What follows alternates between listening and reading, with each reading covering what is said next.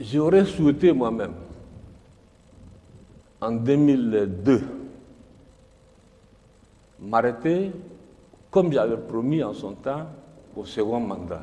Oui. C'est-à-dire, en 2006, je devrais céder, en fait, disons. Il y a 10 ans. Au suivant. La guerre a éclaté. Le mercenaire avait attaqué, il mène ici la ville. Le pays était en guerre. Vous comprenez? Mais en 2016, il Attendez, s'il vous plaît.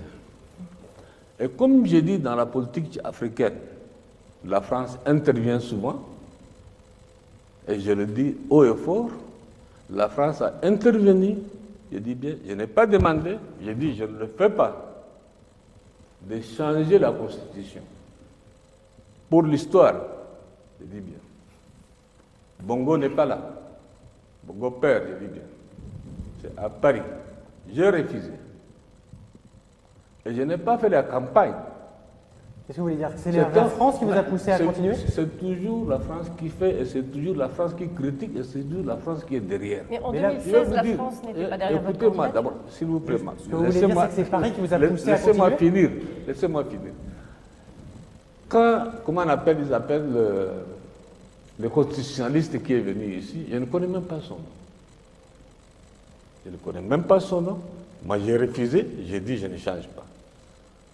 Ils ont passé par leur arcane, puisque l'Afrique, pour la France, il n'y a rien de, comment on appelle, de caché. C'est entre ses mains, passé par les uns et les autres, ils ont changé la Constitution.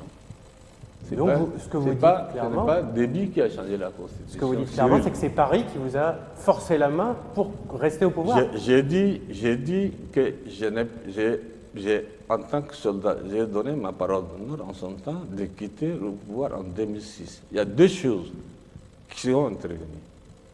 La guerre, évidemment. La deuxième, c'est la France. Qui vous a dit de continuer. Bien sûr.